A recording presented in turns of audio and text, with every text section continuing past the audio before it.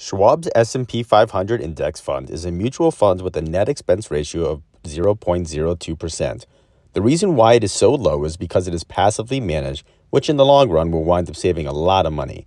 The fund's goal is to track the total return of the S&P 500. Let's take a look at the top 10 holdings. The number one holding is Apple at 6.88%. Right under that is Microsoft at 5.98%, Amazon at 3.59%. Then you have Google Class A shares at 2.17% and Google Class C shares at 2.02%. Moving on, we have Tesla at 1.76%, Nvidia Group at 1.62%, Berkshire Hathaway 1.57%, Facebook at just over 1.3%, and the 10th top holding is United Health Group.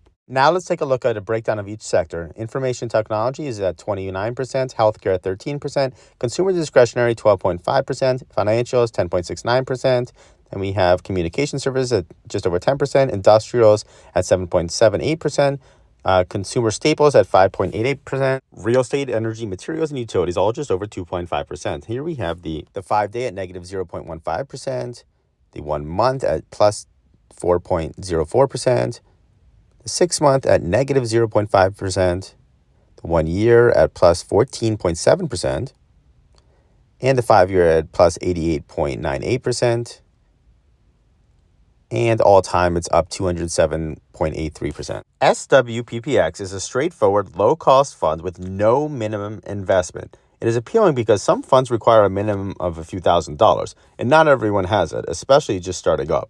The fund can serve as part of the core of a diversified portfolio. It invests in some of the most well-known U.S.-based companies. The fund was created in 1997. It has total net assets of $68,218,288,000. Even though it tracks the S&P 500, it actually holds 508 stocks. Its dividend yield is 1.25%. Now, a downside to this fund is that this fund has no exposure to small cap and mid cap stocks, and so it misses out on a lot of growth. But in my opinion, if you're holding for a long period of time, based on historical data, this is a low risk, very low cost, as well as zero bar of entry with decent returns. Now, Morningstar gives Schwab's S&P 500 a 5-star rating, which is great.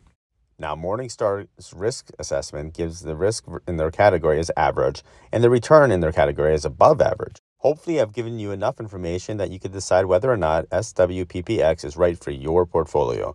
Please remember to subscribe for more videos like this and to help me grow my channel.